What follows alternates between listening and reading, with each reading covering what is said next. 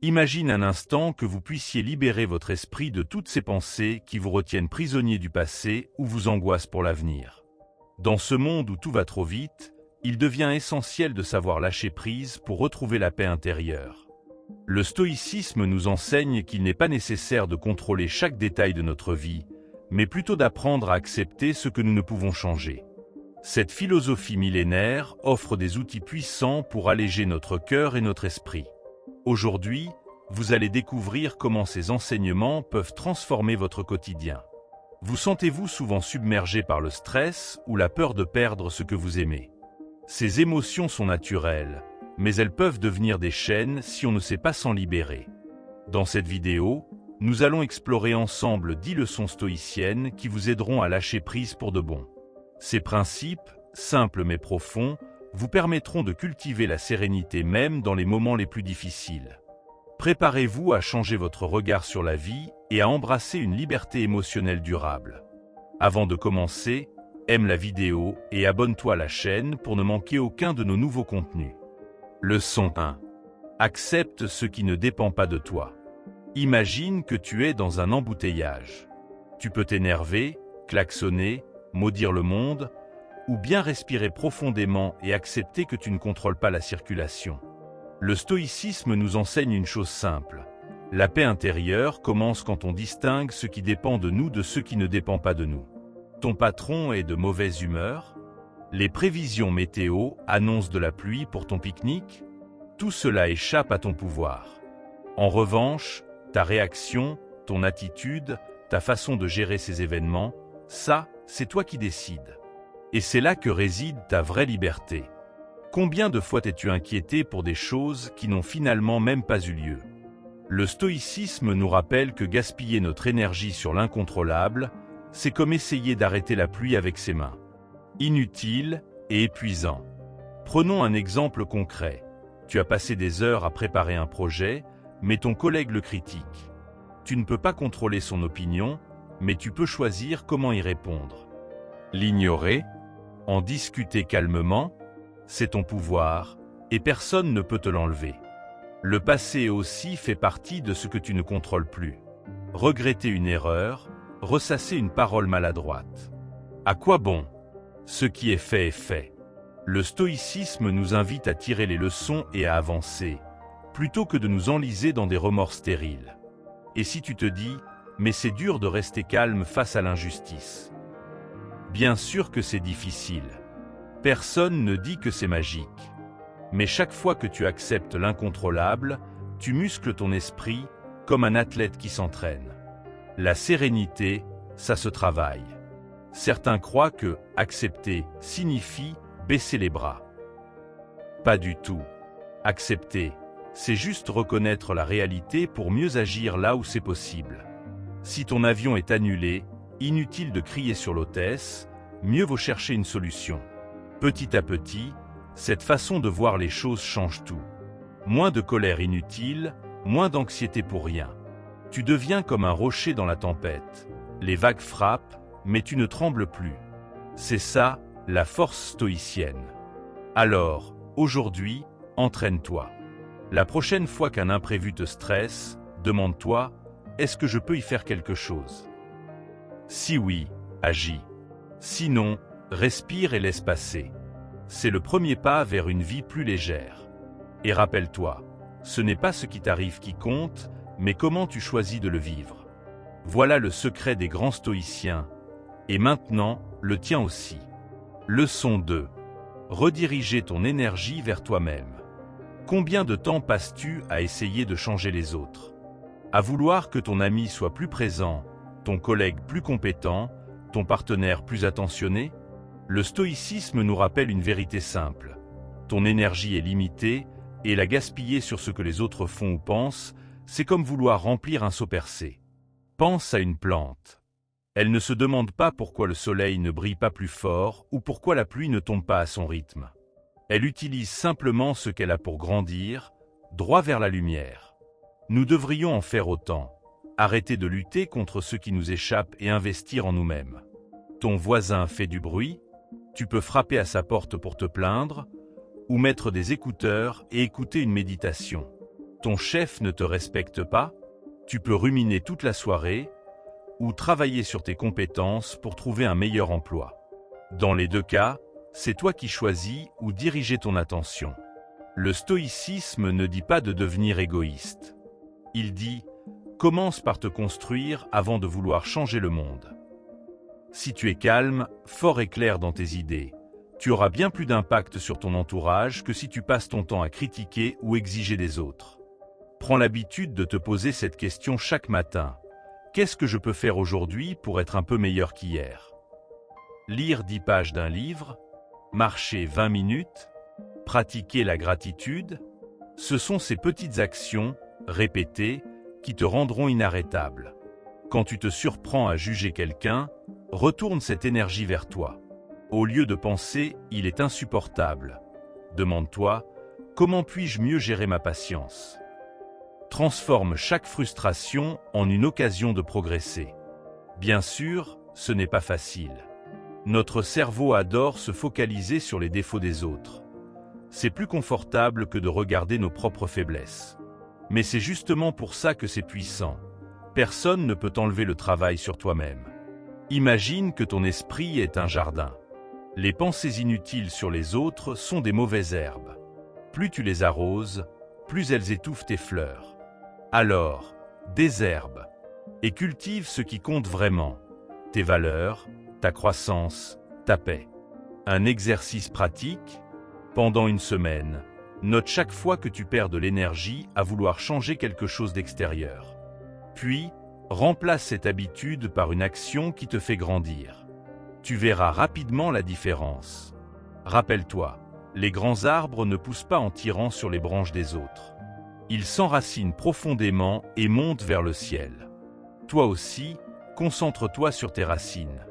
Le reste suivra. Leçon 3. Affronte la réalité sans phare. Combien de fois as-tu retardé une décision difficile en espérant que les choses s'arrangent toutes seules? Nous avons tous tendance à embellir la réalité ou à fermer les yeux sur ce qui nous dérange. Pourtant, le stoïcisme nous enseigne que la vraie force commence quand on ose regarder la vie en face, sans filtre. Prends l'exemple d'une relation toxique. Tant que tu te diras « ça va s'améliorer » sans rien changer, tu resteras prisonnier. Mais quand tu admets froidement « cette personne me fait du mal », alors tu peux agir. Ce n'est pas pessimiste, c'est juste lucide. Et la lucidité, c'est le premier pas vers la liberté. La société nous pousse à fuir la réalité. Divertissement permanent, réseaux sociaux qui montrent des vies parfaites. Résultat, on perd l'habitude de voir les choses telles qu'elles sont vraiment. Les stoïciens, eux, pratiquaient ce qu'ils appelaient la vision objective. Pas de drame, pas de déni, juste les faits. Imagine que tu perds ton travail. Tu peux t'effondrer en criant à l'injustice ou bien te dire « c'est arrivé ». Maintenant, qu'est-ce que je fais? La seconde approche ne change pas la situation, mais elle te redonne immédiatement du pouvoir. C'est ça, la différence entre subir et avancer. Nos pires souffrances viennent souvent de nos attentes irréalistes. Mon enfant devrait être premier en classe. Ma carrière devrait être parfaite à 30 ans. Ces « devrait » nous torturent. Le remède? Regarder la réalité et ajuster nos attentes. Pas en baissant nos standards, mais en les alignant avec ce qui est possible. Un exercice puissant. Quand tu vis une difficulté, écris-la sur papier en 3 parties. 1. Les faits bruts, exemple, mon ami ne m'a pas rappelé. 2. Ce que tu ressens, je me sens blessé. 3. Ce que tu peux vraiment faire, lui en parler calmement ou lâcher prise. Cette méthode stoïcienne t'empêche d'en rajouter. Bien sûr, affronter la vérité demande du courage. C'est plus facile de se mentir que d'admettre qu'un projet a échoué ou qu'une amitié est terminée. Mais chaque fois que tu choisis la vérité, tu deviens un peu plus fort. Comme un muscle qui se développe à force d'efforts. Les grands navigateurs ne progressent pas en niant la tempête. Ils étudient les vagues et ajustent leur voile. Dans ta vie aussi, cesse de maudire le vent. Observe-le, comprends-le et utilise-le pour avancer. C'est ça, la sagesse pratique des stoïciens. Commence petit. Aujourd'hui, choisis un domaine où tu as tendance à te voiler la face.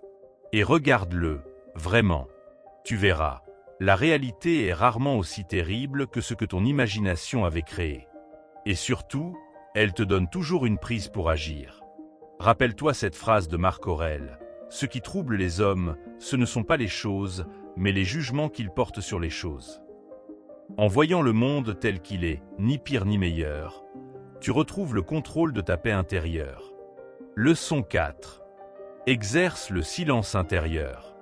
Ton esprit est comme une radio qui ne s'éteint jamais. Des commentaires, des jugements, des « et si ». En boucle. Le stoïcisme nous apprend une chose précieuse. Entre ce qui t'arrive et ta réaction, il y a un espace. Et dans cet espace, se trouve ta liberté. Pense à la dernière fois où tu t'es énervé. Peut-être à cause d'un message mal interprété ou d'une remarque blessante. Maintenant, imagine si tu avais pris juste 10 secondes de silence intérieur avant de réagir. Tout aurait été différent, non ? Ces quelques secondes font toute la différence entre maîtrise de soi et regret. Nous croyons souvent que nos pensées sont la réalité. Je suis nul. Tout va mal. Mais ces phrases ne sont que des nuages passagers dans le ciel de ton esprit. Les stoïciens pratiquaient ce qu'on pourrait appeler aujourd'hui la méditation. Observer ses pensées sans s'y identifier, comme des feuilles qui flottent sur une rivière. Un exercice simple pour commencer. Plusieurs fois par jour, arrête-toi et demande « Est-ce que cette pensée m'est utile ?» Si la réponse est non, laisse-la passer. Tu n'es pas obligé d'accueillir toutes les idées qui frappent à ta porte mentale. Le silence intérieur, ce n'est pas devenir une statue sans émotion. C'est simplement ne plus être le jouet de tes réactions automatiques. Entre le stimulus et ta réponse, tu crées un espace de choix. C'est dans cet espace que réside ta véritable force. Imagine ton esprit comme une maison. Les pensées négatives sont des visiteurs indésirables. Tu peux les laisser entrer, leur servir le thé et les écouter pendant des heures, ou simplement reconnaître leur présence sans les inviter à s'installer. Quand tu te réveilles le matin, avant de shaker ton téléphone, prends juste une minute pour respirer en silence. Ce petit rituel stoïcien change tout. Tu commences ta journée en étant aux commandes, plutôt qu'en réaction permanente. Certains jours, ton esprit sera comme une mer agitée. N'essaie pas de le calmer de force. Contente-toi de t'asseoir sur le rivage et d'observer les vagues. Petit à petit, sans même t'en rendre compte, le calme reviendra naturellement. Rappelle-toi, tu n'es pas tes pensées. Tu es celui qui les observe. Cette simple prise de conscience, pratiquée régulièrement, peut transformer ta relation avec toi-même et avec le monde. Comme le disait Épictète, ce qui trouble les hommes, ce ne sont pas les choses, mais leurs opinions sur les choses. En cultivant le silence intérieur, tu retrouves le pouvoir de choisir tes opinions plutôt que de les subir. Leçon 5. Renforce tes valeurs, pas tes manques. Tu connais ce sentiment quand tu agis contre tes principes, juste pour combler un vide? Comme quand tu dis « oui » alors que tu penses « non » par peur de déplaire. Le stoïcisme nous rappelle une vérité puissante. Chaque fois que tu trahis tes valeurs, tu perds un peu de toi-même.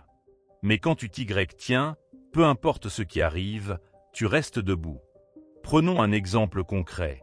Au travail, on te propose de tricher pour gagner plus. D'un côté, l'argent facile. De l'autre, ton intégrité. Si tu choisis en fonction de ce qui te manque, l'argent, tu deviens esclave de ce manque. Mais si tu choisis selon ta valeur, l'honnêteté, même sans argent, tu gardes ta dignité, et ça, personne ne peut te le prendre.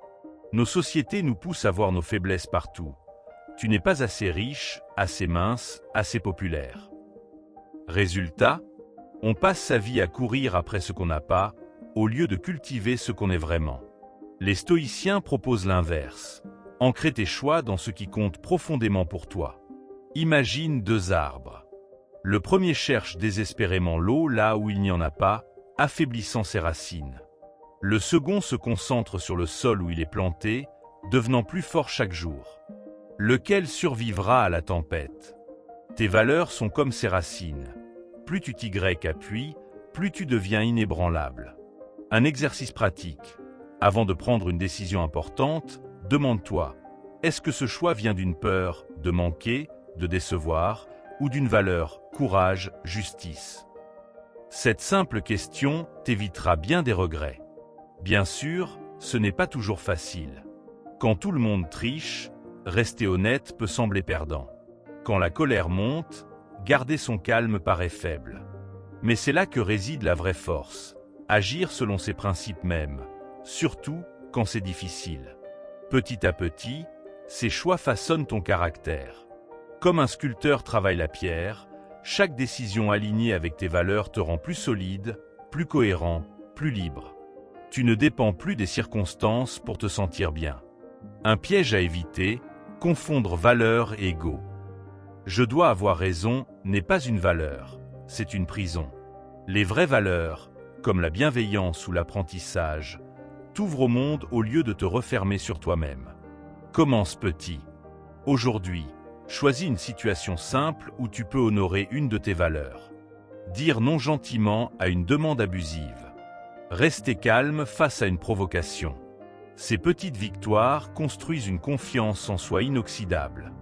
Rappelle-toi cette parole de Sénèque. La vie, c'est comme une pièce de théâtre. Ce qui compte, ce n'est pas sa longueur, mais la manière dont tu la joues. En vivant selon tes valeurs, peu importe ce que la vie t'envoie, tu joues ton rôle avec noblesse. Et ça, c'est la plus grande des réussites. Leçon 6. Utilise la douleur pour grandir. La vie te frappe parfois si fort que tu as l'impression de ne plus pouvoir respirer. Une rupture, un échec, une trahison. Personne n'y échappe. Mais le stoïcisme nous enseigne un secret. Dans chaque coup dur se cache une opportunité de croissance, si tu acceptes de la voir. Prends l'exemple d'un athlète. Ses muscles ne se développent que lorsqu'ils sont soumis à l'effort, à cette légère douleur de l'entraînement. Ton esprit fonctionne de la même façon. Chaque épreuve que tu traverses peut, si tu le décides, te rendre plus résilient, plus sage, plus humain. Quand tu vis une situation difficile, pose-toi cette question puissante des stoïciens. Qu'est-ce que cette épreuve m'apprend sur moi-même et sur le monde? Une maladie peut enseigner la patience. Une rupture peut révéler ta capacité à rebondir. Un échec professionnel peut t'orienter vers une voie plus alignée avec qui tu es vraiment. Bien sûr, ça ne signifie pas de faire semblant que tout va bien. La douleur est réelle et il est normal de la ressentir. Mais après avoir accueilli cette émotion, au lieu de rester bloqué dans « pourquoi moi ?», passe à comment en sortir plus fort.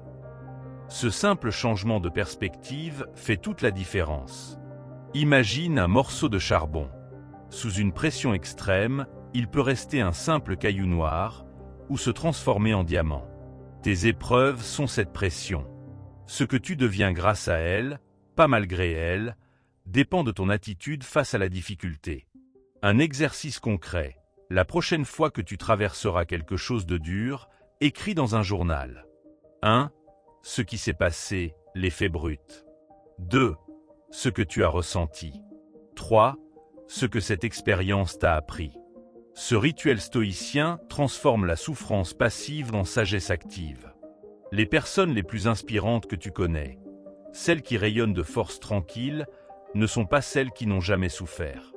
Ce sont celles qui ont su métamorphoser leurs blessures en compréhension profonde de la vie. Leurs cicatrices ne sont plus des marques de faiblesse, mais des preuves de résilience. Commence petit. Aujourd'hui, repense à un échec récent. Au lieu de le voir comme une honte, considère-le comme un professeur. Que as-tu appris? Comment cela t'a-t-il fait évoluer? Cette simple réflexion change ta relation à la douleur. Rappelle-toi cette vérité stoïcienne. Ce qui nous brise ou nous construit n'est jamais l'événement lui-même, mais le sens que nous lui donnons. En choisissant de voir tes épreuves comme des leçons plutôt que comme des punitions, tu reprends le pouvoir sur ta vie. Et souviens-toi, le bois le plus solide pousse lentement, affrontant vent et tempête. C'est précisément ces luttes qui lui donnent sa force incomparable. Toi aussi, chaque épreuve bien traversée t'enracine un peu plus dans ta puissance intérieure. Quand tu te retrouves face à une épreuve, demande-toi ce que ferait la version la plus sage de toi-même. Cette simple question crée une distance salutaire entre la douleur immédiate et ta réponse. Les stoïciens appelaient cela « prendre de la hauteur ». Voir ta situation comme si tu étais un observateur extérieur. Cette technique brise le cycle des réactions impulsives. La souffrance agit comme un miroir grossissant. Elle révèle ce qui compte vraiment. Quand tout s'écroule, tu découvres tes véritables priorités. Ces amis qui restent à tes côtés. Ces petites routines qui te tiennent debout. Les tempêtes balaient l'accessoire pour ne laisser que l'essentiel. C'est une leçon cruelle mais précieuse. Prenons l'exemple d'un échec professionnel. Sur le moment, c'est un coup dur. Mais avec du recul, beaucoup réalisent que cela les a poussés vers une voie mieux adaptée à leur talent. La douleur agit alors comme un aiguillage. Elle te force à changer de direction quand tu t'obstinais dans une impasse. Certaines blessures ne guérissent jamais complètement, et ce n'est pas grave. Le but n'est pas d'effacer les cicatrices, mais d'apprendre à vivre avec elles sans qu'elles te définissent. Comme un vieux marin qui connaît chaque marque sur son bateau, tu peux regarder tes blessures avec respect plutôt qu'avec amertume. La résilience s'apprend comme un muscle se travaille. Commence par des petites épreuves, un retard contrariant, une remarque désobligeante. Entraîne-toi à y répondre avec calme et lucidité. Quand les grosses tempêtes arriveront, tu seras préparé. Les stoïciens pratiquaient cela quotidiennement par des exercices mentaux. Il existe une différence cruciale entre subir et traverser. Subir, c'est être passif face à la douleur. Traverser, c'est avancer malgré elle, en gardant le contrôle de ce qui dépend de toi. Cette nuance fait toute la différence entre le désespoir et la croissance personnelle. Les périodes difficiles révèlent souvent des ressources insoupçonnées en toi. Tu ne savais pas que tu pouvais être si patient, si courageux ou si inventif. C'est parce que tu n'avais jamais été poussé dans tes retranchements. La souffrance, paradoxalement, peut élargir ta vision de ce dont tu es capable. Quand tu regardes en arrière, tu réaliseras que tes plus grandes leçons de vie sont venues des moments où tu as dû te relever. Ces expériences t'ont enseigné ce qu'aucun livre ni conseil n'aurait pu t'apprendre aussi profondément. C'est pourquoi les stoïciens considéraient les obstacles comme des opportunités déguisées. La prochaine fois que tu feras face à une difficulté, essaie ceci. Note 3 choses que cette situation pourrait t'apprendre. Même si c'est forcé au début, cet exercice oriente ton esprit vers la croissance plutôt que vers la plainte. Petit à petit, cela deviendra une seconde nature. Souviens-toi que les métaux les plus précieux passent par le feu pour être purifiés. Toi aussi, tes épreuves, si tu les acceptes comme partie intégrante du voyage, peuvent te transformer en une version plus sage et plus compatissante de toi-même. C'est là le véritable pouvoir du stoïcisme appliqué. Leçon 7. Pratique le détachement avec gratitude. Imagine tenir un oiseau dans ta main. Si tu serres trop fort, tu l'étouffes. Si tu ouvres complètement la main, il s'envole. Le juste milieu, maintenir une légère pression, assez pour le sentir vivant, mais assez souple pour le laisser partir quand il le doit. C'est exactement ainsi que le stoïcisme nous invite à vivre, avec gratitude pour ce que nous avons, mais sans attachement excessif. Tout change constamment autour de nous, les saisons, les relations, nos propres corps. Pourtant, nous agissons souvent comme si nos vies devaient rester figées. Nous nous accrochons désespérément à des moments heureux, terrorisés à l'idée qu'ils prennent fin. Mais c'est précisément cette peur qui nous empêche d'en profiter pleinement. Les stoïciens proposent une alternative radicale, aimer intensément tout en acceptant que rien ne dure. Prenons l'exemple d'une belle soirée entre amis. Au lieu de la gâcher en pensant « dommage que ça doive se terminer », savoure chaque instant comme un cadeau précieux. Cette conscience que tout est éphémère ne doit pas nous attrister. Elle doit nous apprendre à mieux apprécier ce que nous vivons. Comme un voyageur qui sait que son séjour est limité et en profite d'autant plus. Nos peurs les plus profondes concernent souvent la perte de nos proches, de notre santé, de notre statut. Mais quand nous pratiquons régulièrement le détachement stoïcien, ces peurs perdent leur emprise. Nous comprenons que notre véritable valeur ne réside pas dans ce que nous possédons, mais dans notre capacité à apprécier et à lâcher prise. Un exercice puissant. Chaque matin, visualise que tu perds quelque chose d'important pour toi. Ton travail, une relation, un objet cher. Puis imagine comment tu pourrais rebondir. Ce n'est pas morbide, c'est une vaccination contre les peurs irrationnelles. Tu découvriras que tu es bien plus résilient que tu ne le crois. La gratitude est l'antidote naturel à l'attachement excessif. Quand tu prends l'habitude de remercier pour ce que tu as ici et maintenant, tu cesses de t'inquiéter pour demain. Tenir un journal de gratitude, même avec 3 petites choses par jour, transforme progressivement ton état d'esprit. Les relations sont l'endroit où ce principe est le plus précieux. Aimer quelqu'un sans vouloir le posséder, sans exiger qu'il ne change jamais, c'est la forme d'amour la plus pure et la plus libératrice. Cela permet à l'autre d'être lui-même et à toi de rester en paix quoi qu'il arrive. Le détachement ne signifie pas l'indifférence. Au contraire, c'est pouvoir s'engager pleinement tout en sachant que rien n'est permanent. Comme un acteur qui joue son rôle avec passion tout en sachant que le rideau finira par tomber. Cette conscience donne à chaque instant plus de profondeur et de valeur. Commence petit aujourd'hui. Choisis un objet auquel tu tiens beaucoup et imagine le donner. Puis un souvenir heureux que tu laisses partir sans regret. Ces petits exercices te préparent au plus grand lâcher-prise que la vie t'imposera inévitablement. Rappelle-toi cette sagesse bouddhiste reprise par les stoïciens. Tout ce qui est précieux dans la vie ne peut être possédé, seulement expérimenté. En pratiquant ce détachement reconnaissant, tu découvres la liberté ultime, celle de ne plus être esclave de ce que tu crains de perdre. L'impermanence est la seule constante de l'univers. Regarde un arbre en automne. Ses feuilles tombent sans résistance, sachant qu'elles renaîtront au printemps. Nous pourrions apprendre de cette sagesse naturelle. Accepter que tout a un cycle. Les rencontres, les succès, même nos états d'âme, nous épargnent bien des souffrances inutiles. La clé ? Observer ces changements avec curiosité plutôt qu'avec peur. Quand tu te surprends à vouloir figer un moment parfait, rappelle-toi que sa beauté réside justement dans sa fugacité. Comme un coucher de soleil qu'on ne pourrait apprécier s'il durait éternellement. Les stoïciens voyaient dans cette conscience aiguë de la finitude un extraordinaire moteur pour vivre pleinement. Chaque « au revoir » rend les « bonjour » plus précieux. Pratique cet exercice simple.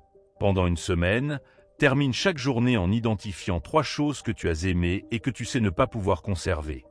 Peut-être une conversation spontanée, une sensation de bien-être éphémère, ou même une tasse de thé particulièrement réussie. Ce rituel t'entraîne à chérir sans posséder. Nos sociétés modernes nous conditionnent à accumuler biens, expériences, relations. Pourtant, le vrai contentement vient souvent du contraire, savoir laisser circuler. Comme une rivière qui reste pure parce qu'elle ne retient pas ses eaux. Tes mains ouvertes peuvent recevoir autant qu'elles peuvent donner, alors que des poings serrés n'attrapent que du vent. Les deuils sont les examens ultimes de notre capacité au détachement. Personne ne dit qu'il faut ne pas souffrir, la douleur est naturelle.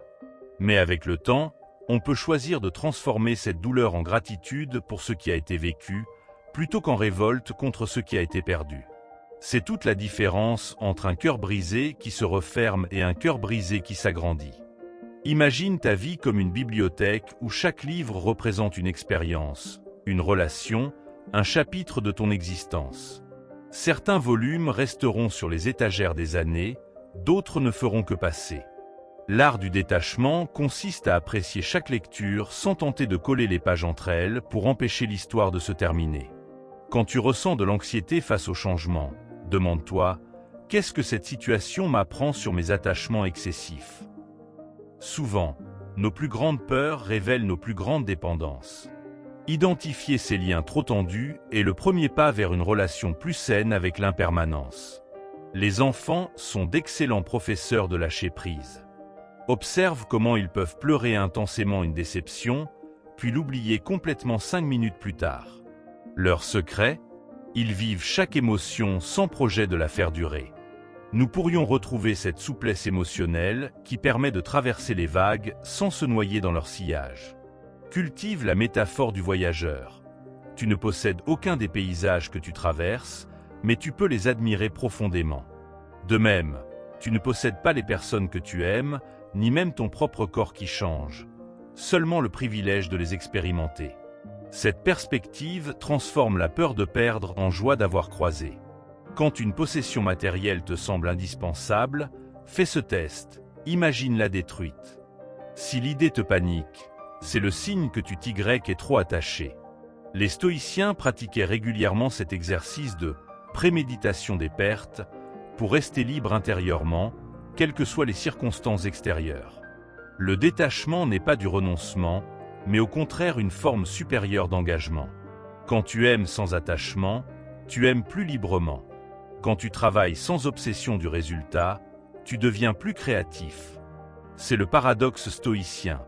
En acceptant que rien ne nous appartient, nous gagnons la capacité de tout apprécier à sa juste valeur. Termine cette réflexion par une expérience concrète.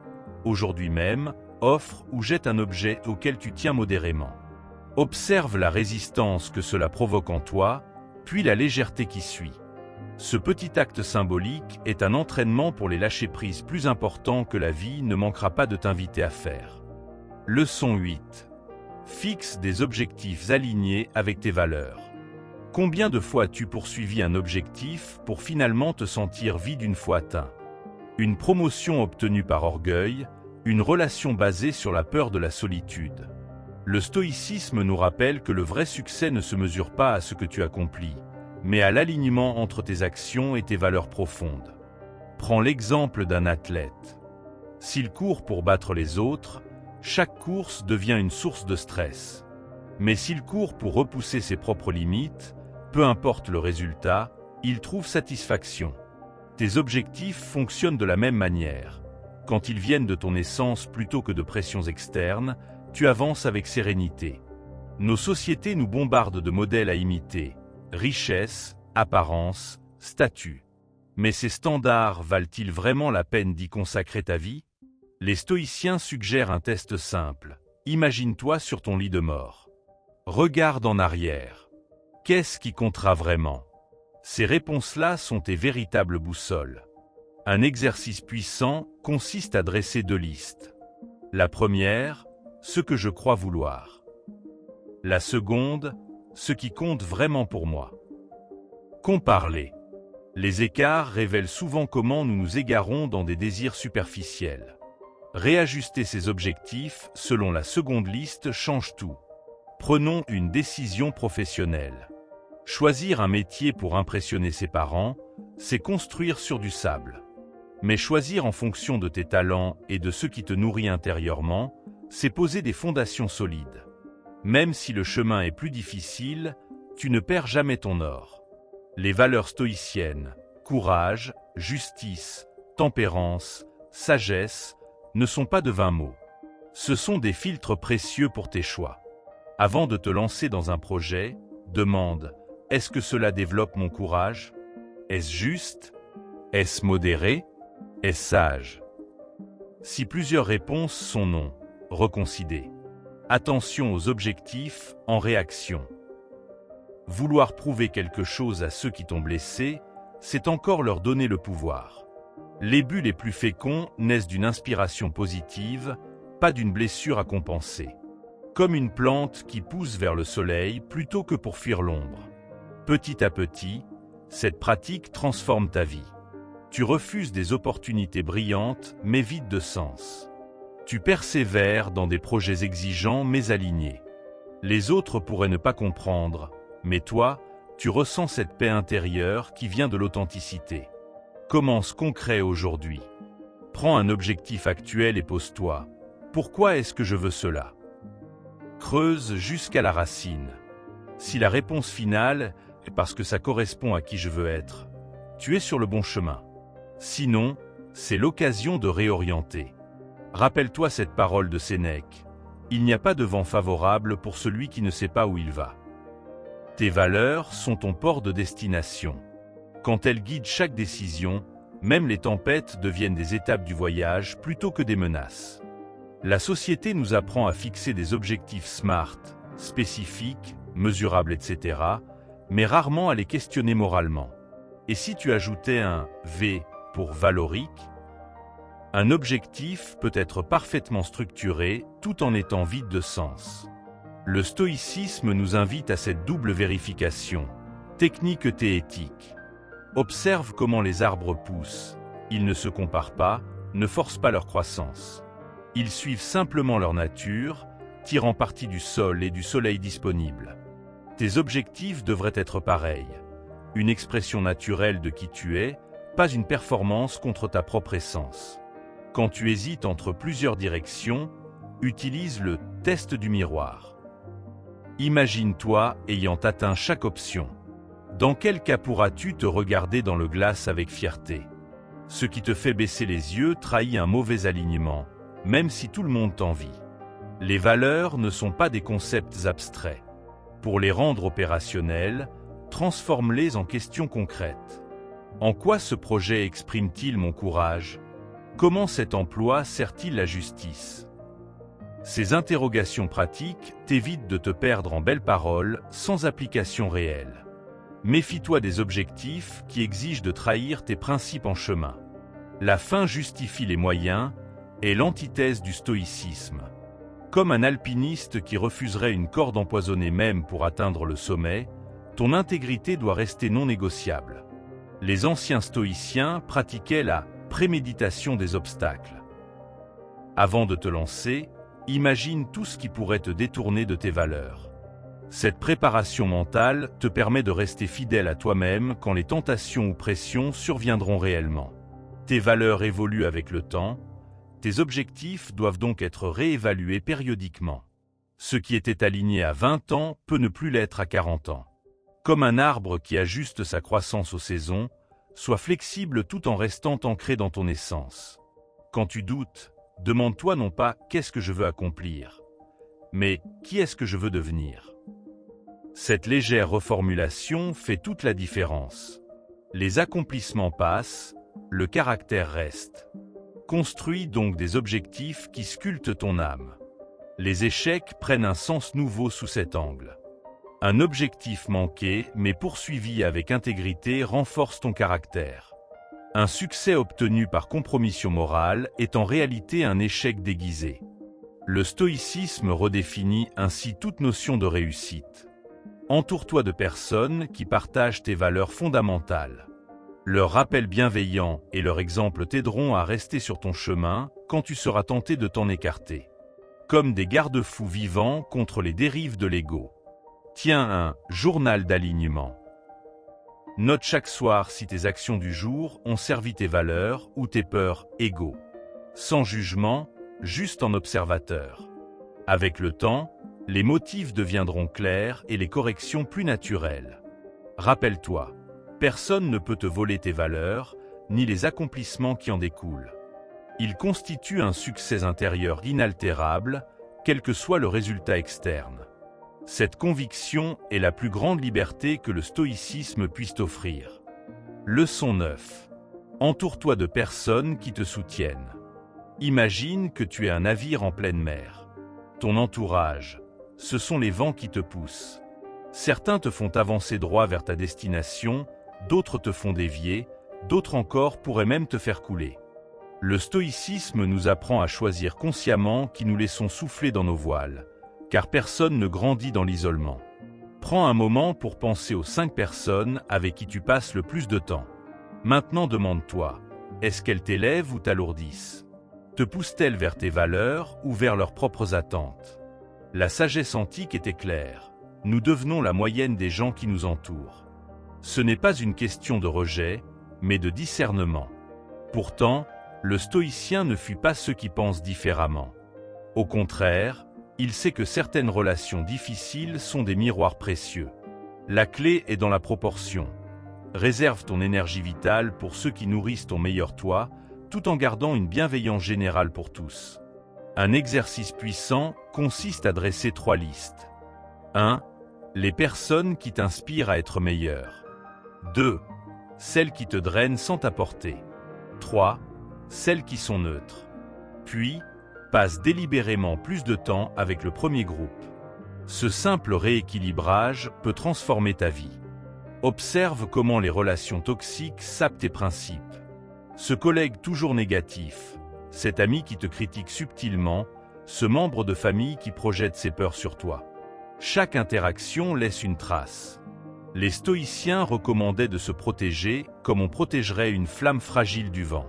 Mais attention, chercher uniquement des gens qui pensent comme toi est une autre forme de piège. Les meilleurs compagnons sont ceux qui respectent tes valeurs tout en te challengeant avec bienveillance. Comme un aiguiseur de l'âme qui rend ton esprit plus tranchant sans jamais vouloir le briser. Dans les relations comme dans la nature, il existe des symbioses bénéfiques. Le lierre et l'arbre, l'un s'appuie sans étouffer, l'autre supporte sans dommage. Cherche ces équilibres où chacun grandit sans se nuire. C'est la marque des relations stoïquement saines. Si tu dois prendre une grande décision, demande conseil à ceux qui ont déjà parcouru le chemin que tu envisages, pas à ceux qui projettent simplement leur propre peur. Les anciens savaient que la bonne guidance vient de l'expérience, pas des opinions. Petit à petit, construis ton conseil des sages imaginaires. Des mentors vivants ou historiques dont tu pourrais te demander « Que ferait-il à ma place ?» Marc Aurèle avait son maître Rusticus. À qui peux-tu te référer quand tu doutes? Commence aujourd'hui par une action simple. Passe un moment de qualité avec une personne qui t'inspire vraiment. Observe comment tu te sens après. Puis réduis de 10% le temps accordé à une relation qui t'épuise. Ces micro-ajustements créent des vagues positives. Rappelle-toi cette vérité. Tu as le droit, et même le devoir, de protéger ta paix intérieure. Cela ne fait pas de toi un égoïste, mais un jardinier prudent de ton âme. Les stoïciens les plus sages étaient entourés de disciples choisis, pas de foules aléatoires. Ton environnement relationnel est un jardin. Certaines plantes ont besoin d'être arrosées, d'autres taillées, d'autres transplantées. Avec patience et discernement, cultive les relations qui te permettent de t'épanouir pleinement, en accord avec qui tu aspires à devenir. Les relations superficielles sont comme du fast-food relationnel. Elles calment sur le moment, mais ne nourrissent pas vraiment. Les stoïciens privilégiaient les échanges profonds et authentiques, même s'ils étaient moins nombreux. Qualité plutôt que quantité devrait être ta devise en amitié. Observe comment les animaux choisissent instinctivement leurs compagnons. Ils évitent ceux qui leur font du mal et se rapprochent de ceux qui leur procurent sécurité. Nous avons perdu cette sagesse intuitive. Réapprends à écouter ton ressenti profond dans les relations. Une technique stoïcienne méconnue. Après chaque interaction sociale, note mentalement si tu te sens énergisé ou drainé. Sans juger la personne, juste en observant l'effet sur toi. Avec le temps, des motifs clairs émergeront pour guider tes choix. Les relations toxiques prospèrent souvent sur nos insécurités. Quand tu travailles à t'accepter toi-même, tu deviens moins dépendant des validations extérieures et plus sélectif dans tes fréquentations. La confiance en soi est le meilleur filtre relationnel. Pense aux relations comme à des miroirs. Certaines te montrent une image déformée de toi-même, d'autres reflètent ta vraie nature. Entoure-toi de ces derniers, car ils t'aident à rester fidèle à ton essence même dans les moments troubles. Les stoïciens distinguaient clairement les relations utiles des relations essentielles. Les premières servent des buts pratiques, les secondes nourrissent ton âme. Ne sacrifie jamais les secondes au profit des premières, peu importe les apparences sociales. Dans les périodes de doute relationnel, demande-toi, cette personne m'aide-t-elle à devenir la meilleure version de moi-même? Si la réponse est non depuis longtemps, il est peut-être temps de redéfinir les frontières de cette relation. Les cercles sociaux idéaux sont comme des cercles concentriques. Au centre, quelques âmes sœurs qui te comprennent vraiment. Ensuite, des amis respectueux, puis des connaissances cordiales.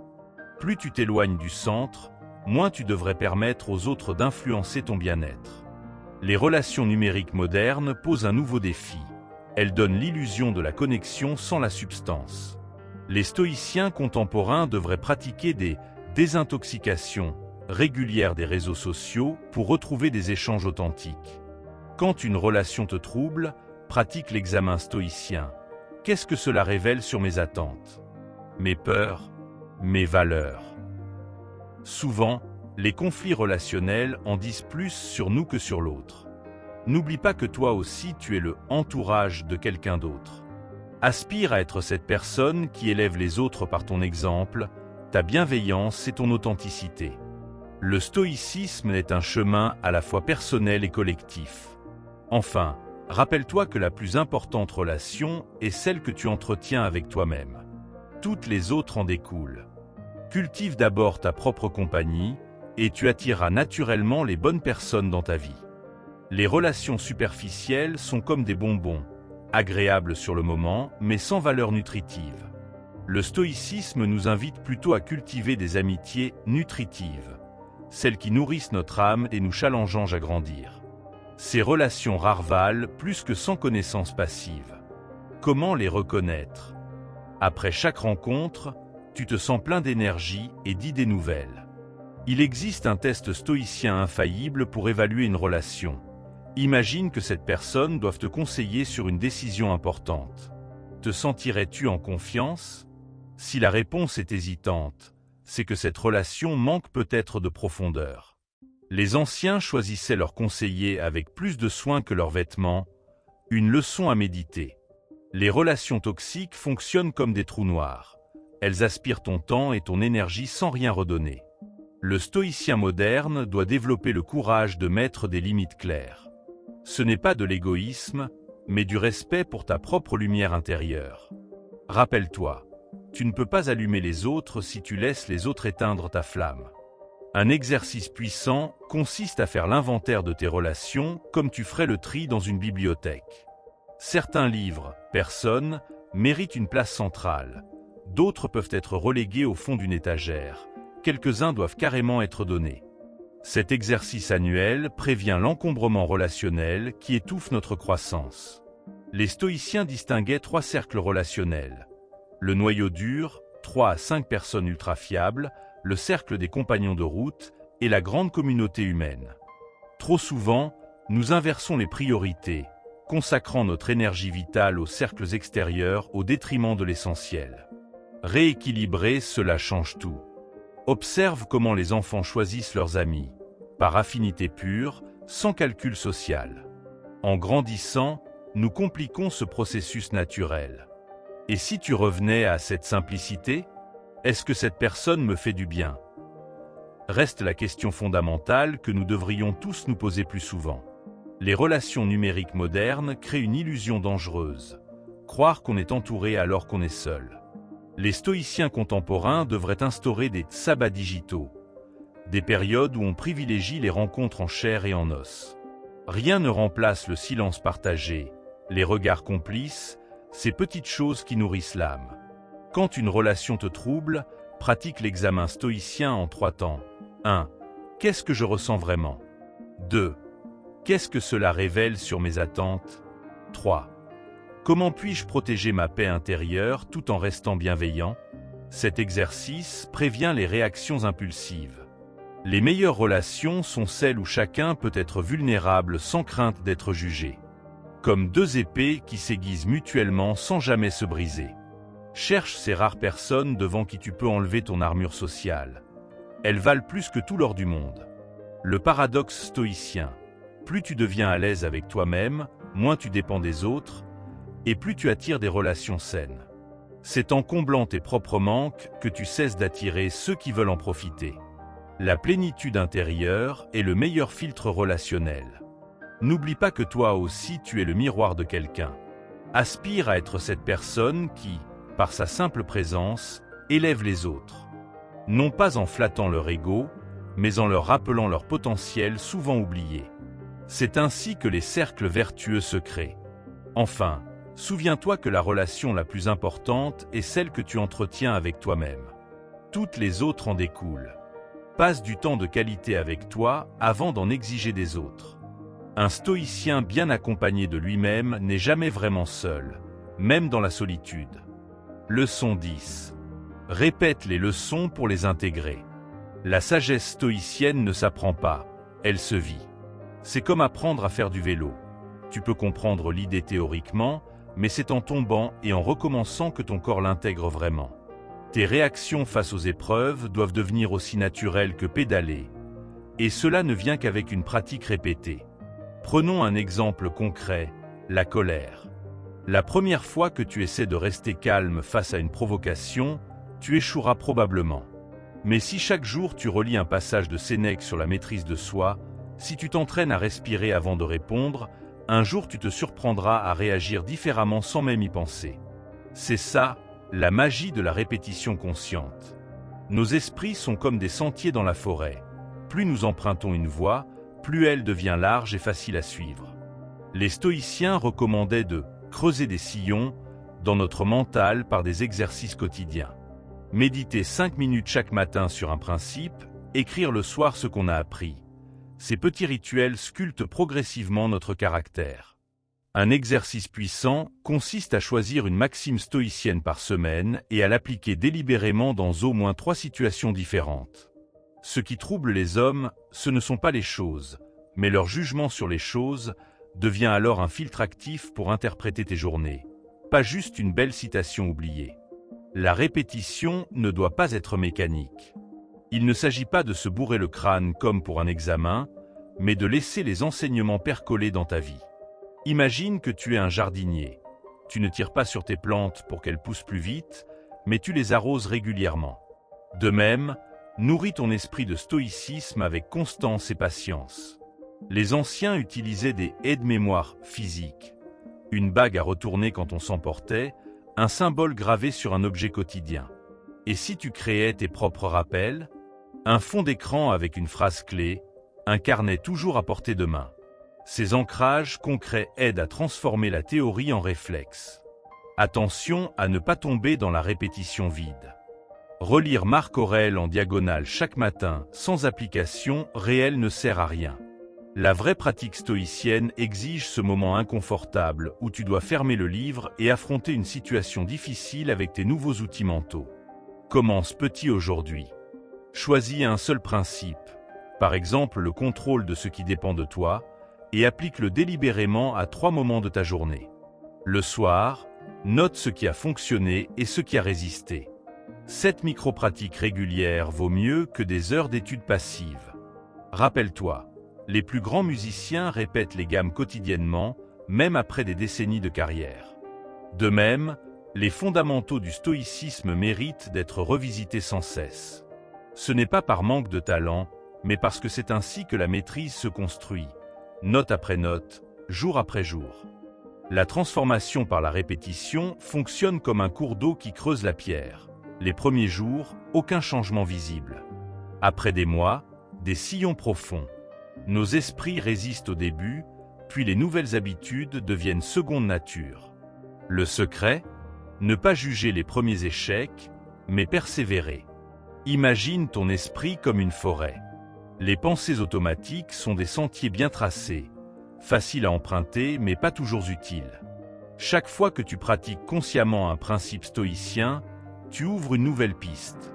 Au début, c'est difficile et buissonneux.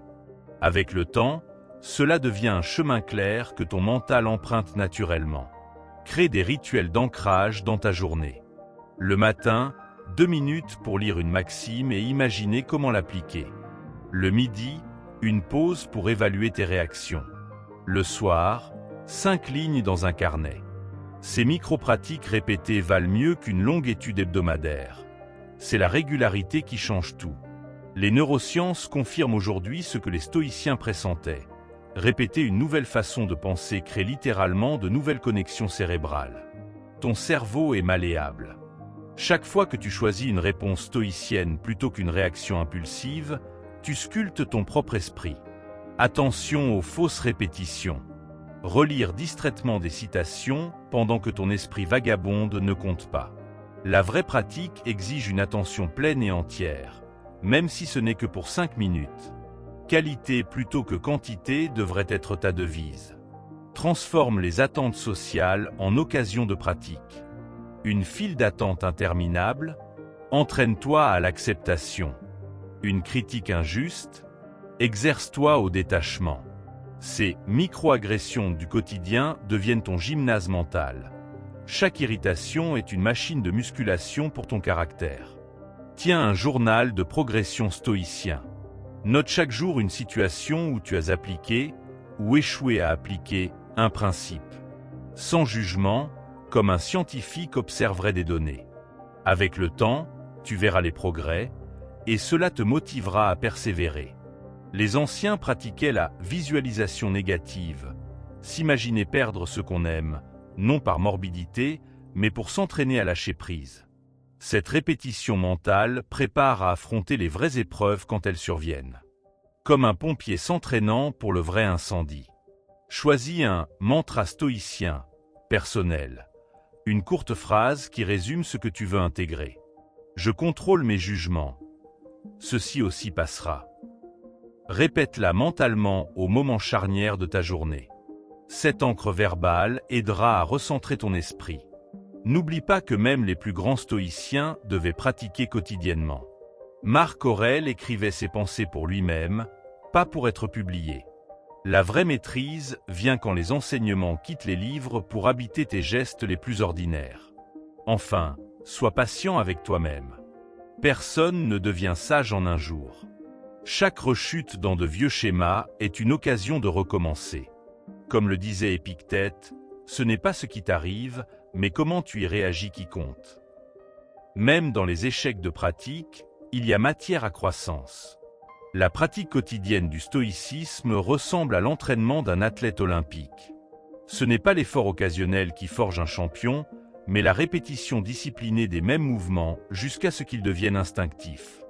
Ton esprit mérite le même niveau d'engagement si tu veux vraiment transformer tes réactions.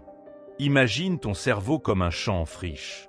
Chaque fois que tu appliques consciemment un principe stoïcien, tu plantes une graine de sagesse. Certaines germeront vite, d'autres mettront des saisons à pousser. Le jardinier patient sait que c'est l'accumulation des plantations qui finit par créer un paysage florissant. Crée des déclencheurs dans ton environnement pour pratiquer sans effort. Place des post-it avec des citations dans des endroits stratégiques. Programme des rappels sur ton téléphone. Ces petits coups de pouce maintiennent les enseignements présents à ton esprit jusqu'à ce qu'ils s'intègrent naturellement. Les neuroscientifiques ont découvert que répéter une nouvelle compétence pendant seulement 5 minutes par jour produit de meilleurs résultats qu'une longue session hebdomadaire. Applique cette découverte au stoïcisme. De micro-sessions quotidiennes valent mieux qu'une grosse dose occasionnelle. Quand tu te surprends à retomber dans de vieux schémas, ne te décourage pas. Chaque rechute est l'occasion de renforcer ton engagement. Comme un pianiste qui travaille un passage difficile, c'est en répétant spécifiquement les moments où tu échoues que tu progresses vraiment. Transforme tes erreurs en exercices. Après une réaction impulsive, revisite mentalement la scène. Comment un stoïcien aurait-il réagi ? Cette répétition a posteriori prépare ton esprit à mieux répondre la prochaine fois. Les anciens appelaient cela l'examen du soir. Choisis un jour par semaine pour être ton jour stoïcien. Ce jour-là, sois particulièrement attentif à appliquer les principes dans chaque situation, aussi mineure soit-elle. Ce focus intensif périodique accélère l'intégration des enseignements. Utilise la technologie à ton avantage. Enregistre-toi en train de lire des textes stoïciens et écoute-les dans les transports. Crée un dossier de citations sur ton smartphone. Ces répétitions passives complètent efficacement la pratique active. Trouve un partenaire de pratique. Échanger quotidiennement avec quelqu'un qui suit le même chemin crée une responsabilité mutuelle. Vous pouvez partager vos succès, vos échecs et vous rappeler mutuellement les principes oubliés. Les anciens stoïciens pratiquaient la préméditation des mots, s'imaginer régulièrement face à des situations difficiles. Cet exercice de répétition mentale les préparait à garder leur calme quand les épreuves réelles survenaient. Essaie avec tes propres défis actuels. Note tes progrès les plus subtils. Le fait de rester calme 5 secondes de plus qu'hier devant une provocation. La capacité à prendre un recul rapide sur une émotion naissante. Ces petites victoires accumulées forment la base d'une véritable transformation. Enfin, rappelle-toi que même les plus grands sages doivent continuer à pratiquer. La maîtrise stoïcienne n'est pas une destination où l'on arrive un jour pour s'y reposer, mais un chemin que l'on parcourt toute sa vie, un pas après l'autre, une répétition après l'autre. La répétition des principes stoïciens, c'est comme apprendre une nouvelle langue. Au début, tu dois réfléchir à chaque mot, mais à force de pratique, les phrases viennent naturellement. Relis les mêmes textes, applique les mêmes exercices, jusqu'à ce que ces idées ne soient plus juste des concepts, mais une seconde nature. Ce n'est pas ennuyeux, c'est nécessaire. Comme un musicien qui répète ses gammes pour jouer avec grâce. La sagesse ne s'acquiert pas en un claquement de doigts, mais goutte après goutte, jour après jour. Alors, choisis une maxime cette semaine et revis-la dans au moins 3 situations. Observe comment ton esprit commence lentement à se recalibrer. La transformation est subtile, mais réelle.